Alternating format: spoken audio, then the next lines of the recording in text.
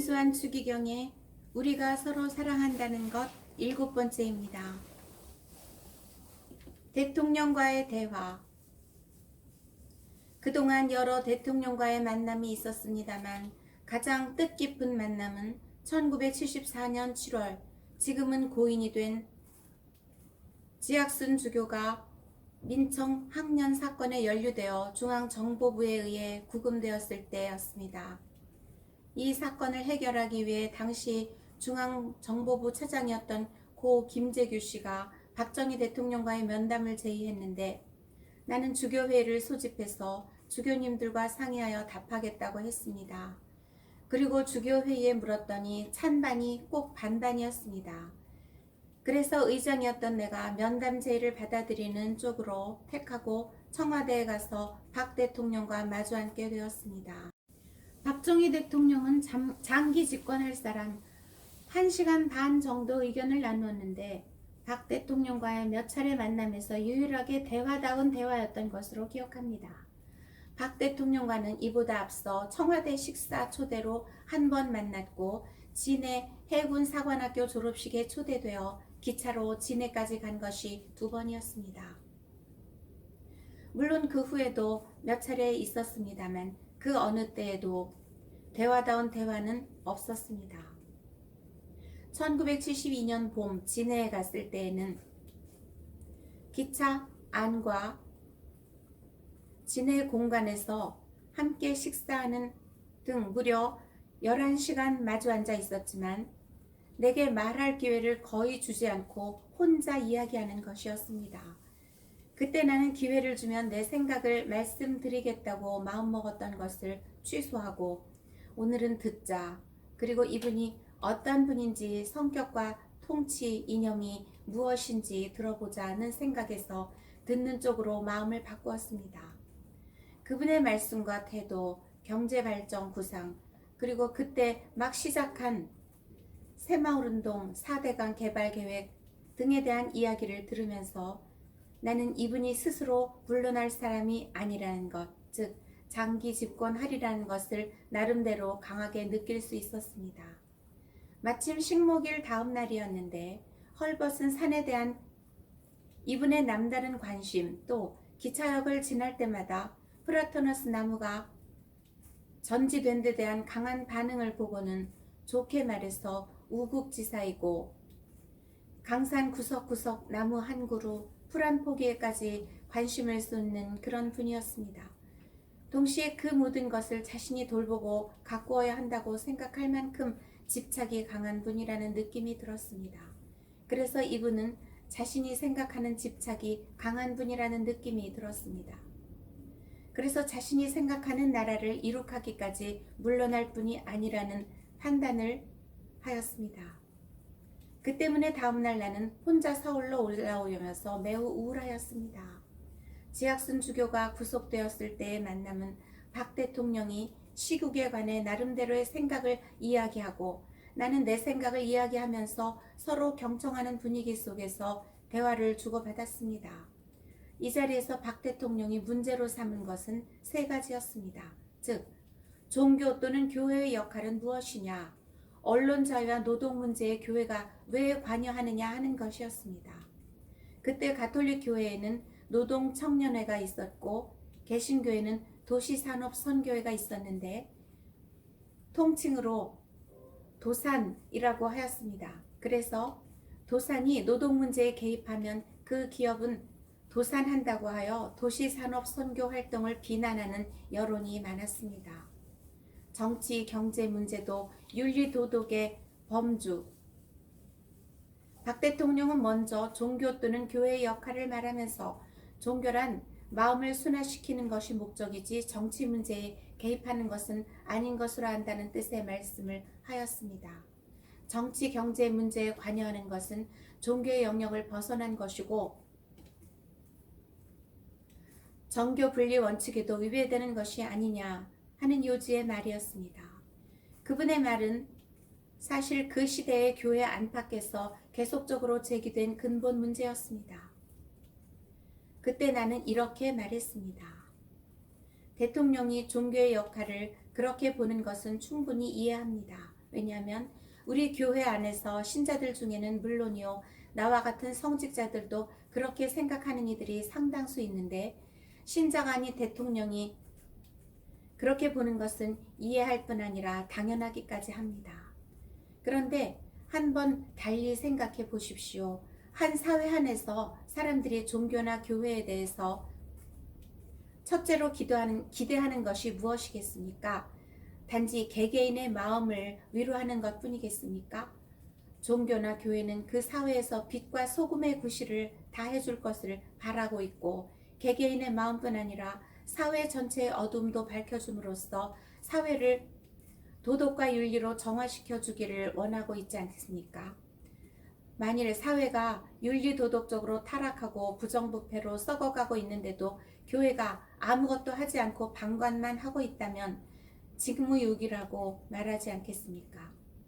교회는 한 사회의 윤리와 도덕의 파수꾼도 되어야 하고 그것의 향상을 위해 모든 노력을 다 기울여야 합니다. 그렇다면 정치, 경제도 포함되지 않을 수 없습니다.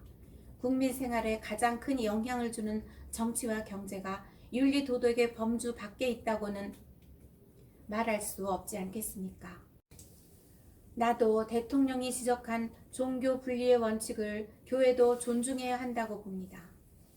교회가 정부의 인사나 경제 정책 등에 직접 관여하는 것이 옳지 않습니다. 또 성직자가 정치 활동을 직접 하거나 정부 정책과 인사에 직접 개입하는 것은 바람직하지 않습니다. 그러나 정치, 경제, 사회의 모든 문제에 있어서 그것이 인간의 기본 권리를 유린한다든지 정의에 어긋난다든지 할 때에는 그래서는 안 된다는 말을 할 수 있고 또 하여야 한다고 생각합니다. 가톨릭 교회에도 나름대로 복음 정신에 입각한 인간관, 사회관, 국가관, 세계관이 있습니다. 이에 따르면 인간은 하느님의 모상으로 창조된 존엄한 존재입니다. 이 존엄성은 국가의 권력도 침범할 수 없습니다. 뿐더러 나라의 정치는 이 인간이 개개인으로 또는 가정을 비롯한 여러 종류의 공동체로서 인간답게 살 수 있고 인간으로서 충분히 행복을 누리며 살 수 있도록 해주는 것이 정치의 원리입니다. 다음은 언론 자유와 관련된 정부의 언론 정책에 대해서였습니다. 그분은 당시 서울에서 인쇄되는 일간 신문이 그날로 평양에 간다면서 남북 분단과 공산주의 혁명 침투의 위험 등에 비추어 볼 때 국가 안보의 절대적인 요청에 따라 현재의 언론 정책은 불가피한 것이고 여기에 비추어 언론 자유는 충분히 있다고 본다고 말했습니다. 나 역시 일간신문이 그날로 평양에 간다는 데는 놀라지 않을 수 없었고 그런 일이 어떻게 가능한지 되묻기까지 하였습니다. 나는 대통령이 보는 국가 안보의 필요성에 동감하면서 이렇게 말했습니다. 국가 안보를 위해서는 무엇보다도 강한 국력이 필요합니다. 그런데 강한 국력이란 무력에 의존된 것이 아니고 모든 국민이 나라를 사랑하는 애국심과 군민의 단결된 힘이라고 생각합니다. 이것이 없으면 아무리 좋은 무기가 있고 잘 훈련된 군대가 있어도 나라를 잘 지킬 수 없습니다. 국민이 자발적으로 나라를 사랑하고 힘을 하나로 모으기 위해서는 정부에 대한 신뢰가 있어야 합니다. 그 신뢰는 신문을 믿을 수 있을 때 가능하고 그것은 언론 자유가 있음으로써 가능합니다.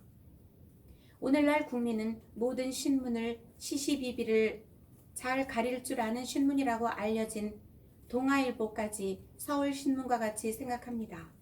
이렇게 신문을 믿지 않는 것은 신문이 써야 할 것을 제대로 쓰지 못하고 있고 그만큼 언론 자유가 없기 때문입니다. 국민이 정부를 믿지 않을 때 국민의 자발적인 참여는 없고 국력은 그만큼 약화됩니다. 따라서 언론 자유를 권력의 힘으로 제한하는 것은 오히려 국가 안보를 해치는 결과를 초래한다고 봅니다. 대통령은 이것이 우리나라의 실정이라는 것을 아셔야 합니다. 노동자 편을 드십시오. 다음은 노동 문제였습니다. 대통령은 종교계가 왜 노동 문제에 개입하느냐. 도산이 개입하면 도산된다고 기업에서 말하고 있는데 사실 그렇다면서 여러 가지 사례를 들었습니다. 그분의 말씀을 듣고 다음에 이렇게 답했습니다. 대통령이 걱정하는 것은 충분히 이해합니다. 나도 노동자들이 파업을 일삼는 것은 결코 찬성할 수 없습니다. 그런데 노사 관계는 이해관계 때문에 서로 맞서기 쉽습니다. 한쪽은 되도록 헐한 임금이기를 바라고 다른 한쪽은 적어도 최저 생활을 할 수 있는 임금은 물론 한 푼이라도 더 받고 싶으니 이해관계가 상반되어 갈등을 일으키기 쉽습니다. 이런 상황에서 가장 바람직한 것은 문제를 대화로 푸는 노사 화합입니다. 노사 간은 서로의 이해관계가 깊은 만큼 서로가 서로를 필요로 합니다. 기업은 노동자 없이 안 되고 노동자는 기업 없이 생계를 유지할 수 없다는 것을 알고 서로 존중해야 할 것입니다. 그런데 우리나라는 아직 실업자가 많기 때문에 노동자들은 제대로 인간 대접을 받지 못하고 있습니다. 폭사를 당하고 사용주 임의로 해고될 수도 있는 등 전혀 보장이 되어 있지 않습니다. 물질은 공장에 들어가면 좋은 상품이 되어 나오는데 사람이 공장에 들어가면 폐품이 되어 나온다는 말이 있습니다. 이것이 오늘의 노동 현장의 현실이어서 노사 간에는 잦은 갈등과 분규가 일어날 수밖에 없습니다. 이런 대립 상황에서는 힘이 센 편이 결국 이기기 마련인데 그것은 언제나 사용주입니다.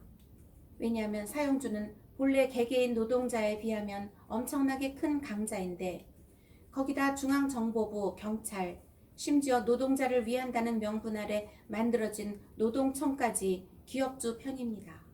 노동자 편을 드는 사람은 아무도 없습니다. 대통령은 2년 전 나를 진해 여행에 초대하였을 때 고향 구미를 지나서 옛날 가난한 시절에 국민학교, 초등학교를 다닐 적에 고무신이 다를까봐 신지 않고 들고서 철도길을 따라 통학했다는 회고담을 들려주었습니다. 그렇게 가난하게 자란 분이었기에 5.16 군사혁명을 일으켰을 때에는 이 땅의 가난을 없애겠다는 빈곤 퇴치의 결의가 있었다고 생각합니다. 그런 뜻을 지닌 대통령이 노사 분규 현장에 나간다면 나는 반드시 노동자 편을 들고 그들의 고충을 들어주리라 생각합니다. 교회가 하는 것은 바로 대통령이 해야 할 그 일입니다. 대체로 우리는 이런 이야기를 서로 주고받으며 서로를 존중하는 분위기 속에서 대화하였습니다. 그 밖에 지학순 주교를 그날 밤으로 석방시켜 줄 것과 당시 보통 군법 회의에서 민청학년 사건으로 사형언도를 받은 이철 씨를 비롯한 5명의 학생들을 죽여서는 안 된다는 말을 하였습니다. 지학순 주교는 그날 저녁 석방되어 내가 직접 중앙정보부에 가서 모시고 왔고 이철 씨와 다른 학생들은 며칠 후 국방부 장관 이름으로 사형해서 무기로 감형되었습니다. 이 만남은 그간 여러 대통령과의 만남 중에서 가장 뜻깊은 것이었고 그분에게 드린 말씀은 나 자신의 생각일 뿐 아니라 당시 교회의 뜻 있는 분들이 가지고 있었던 기본 정신이었다고 볼 수 있습니다. 노태우 대표와의 워커힐 만남. 또 하나 기억에 남는 만남은 노태우 대통령이 여당 대표로 있으면서 선언했던 6.29 선언이 있기 한 해 전인 1986년 11월 14일이었습니다. 워커힐 사파이어라는 곳에서 2시간 가까이 단둘이서 식사하며 건강 이야기로부터 시작하여 시국 현안에 대한 대화를 나누었습니다. 이 자리에서 노태우 대표는 학생들의 좌경화 혹은 용공화 경향을 염려하고 엄히 다스려야 하는 것을 강조하는 뜻으로 일본, 싱가포르, 독일의 예를 들어 말했습니다. 싱가포르에서는 영국이 공산주의자들을 엄히 다스렸기에 공산주의 위험을 극복할 수 있었는데 미군정은 남한에서 공산주의를 허락했기에 그것이 남노당 조직이 되고 급기야 6.25 남침을 가져오게 했다면서 장황하게 말하였습니다. 나는 우리나라 학생들이 자경화는 염려되는 일이지만 그것을 현재와 같이 강경수단으로만 다룬다면 문제를 해결하기보다 더욱 악화시킬 수 있다고 말했습니다. 일본이나 서구의 여러 나라들이 공산주의를 지니고 있고 공산당도 있으면서 이를 극복할 수 있었던 것은 근본적으로 정치가 국민의 신뢰를 받을 수 있을 만큼 공정했고 또 발전과 함께 빈부의 격차도 적어졌으며 무엇보다도 개개인의 근본 인권이 존중되고 언론 자유 등 자유민주주의 체제를 계속 추구해 왔기 때문이라고 말했습니다. 그런데 우리나라는 어떠한가?